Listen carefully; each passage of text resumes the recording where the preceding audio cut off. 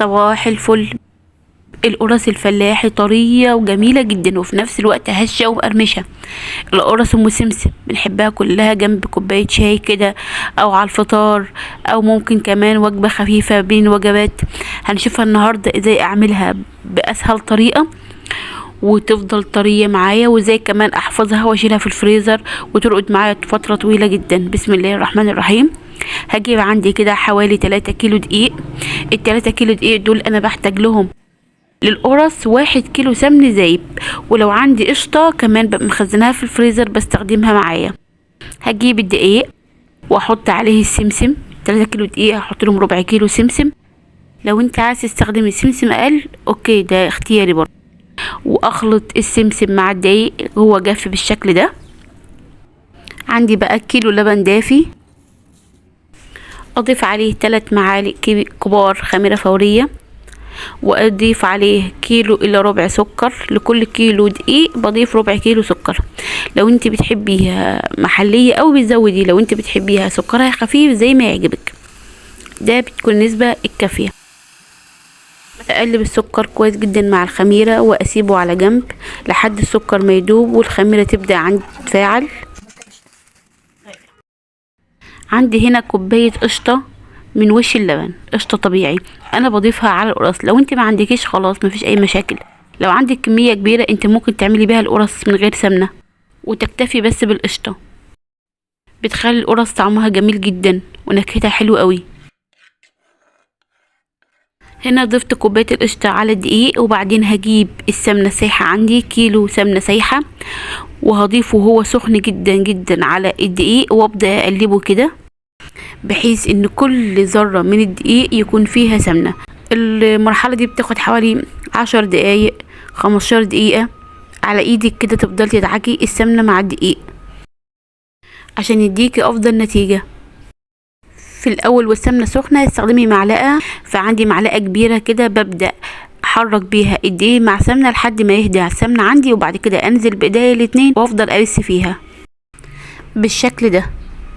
كل ما بسينا الدقيق كل ما عندي القرص بقت هشة وجميلة، وكمان لونها بيبقى افتح. خلاص كده انا بسيت الدقيق كله. هجيب بقى عندي اللبن بالخميرة.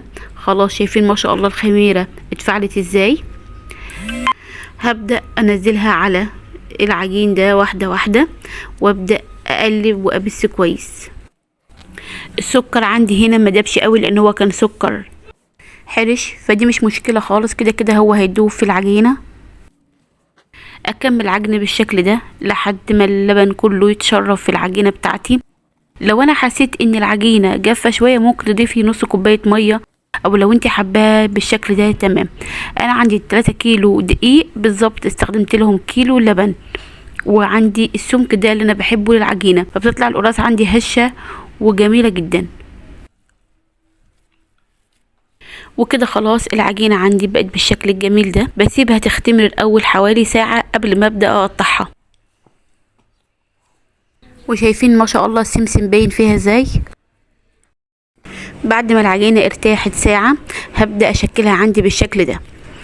لو انت عايزاها مقاسات كلها قد بعض بتفرديها عندك على البورد او على اي شيء مستوي، وابدا عندي اجيب القطاعات بتاعتي. انا عندي هنا استخدمت حاجات موجوده عندي في البيت، ممكن كوبايه ممكن علبه صغيره، وقطعت عندي القرص بالشكل ده.